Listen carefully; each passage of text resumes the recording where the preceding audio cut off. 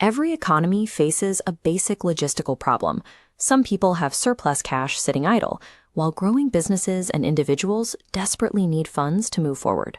Financial institutions exist to bridge this exact gap. They act as the connecting point between the savers who have capital and the borrowers who need it. This process is called intermediation. By creating structured products like savings accounts and business loans, these entities grease the wheels of finance, ensuring cash actually reaches the people who can put it to work.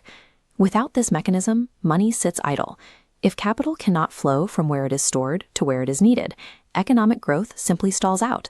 While the specific financial products vary wildly, you can map the entire system using a single metric: where an institution gets its money in the first place. Based on their funding source, all of these intermediaries fall strictly into one of two categories: depository institutions and non-depository institutions. Identifying how a business acquires its cash is the most reliable way to predict how it will behave, how much risk it will take, and what role it plays in the broader economy. Let's look at the blue branch. Depository institutions rely intently on collecting raw cash deposits directly from customers. Commercial banks use these deposits to fund general loans, while thrift institutions and savings and loan associations specifically funnel them into consumer mortgages. These entities form the bedrock of everyday consumer finance. They take a community's local savings and transform them into tangible local assets, like houses and small business storefronts. Over on the orange branch, we have non-depository institutions. These entities do not rely on traditional cash deposits. Instead, they raise massive amounts of capital by selling securities or insurance policies.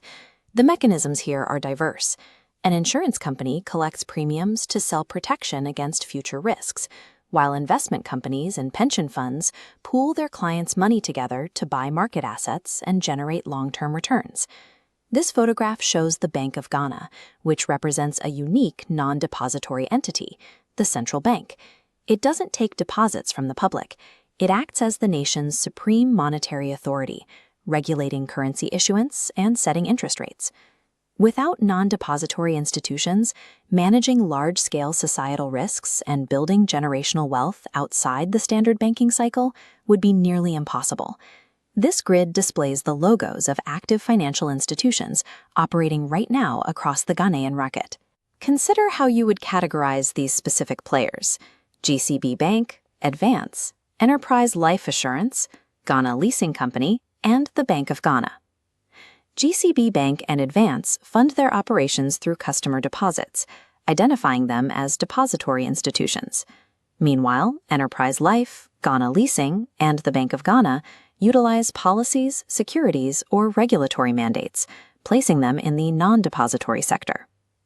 These different funding models all share a single requirement: the institution must manage its assets with absolute integrity to ensure that capital is ready whenever the savers or the economy need to access it. A healthy economy cannot run on just one type of institution. It requires a commercial bank to provide short-term liquidity for a growing business, and an insurance company to mitigate the long-term risks that business faces.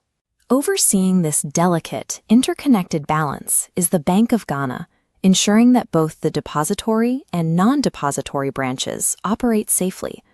Understanding this primary structural divide reveals exactly how capital flows from a local saver to a national project. Together, these institutions serve as the vital circulatory system driving national economic development.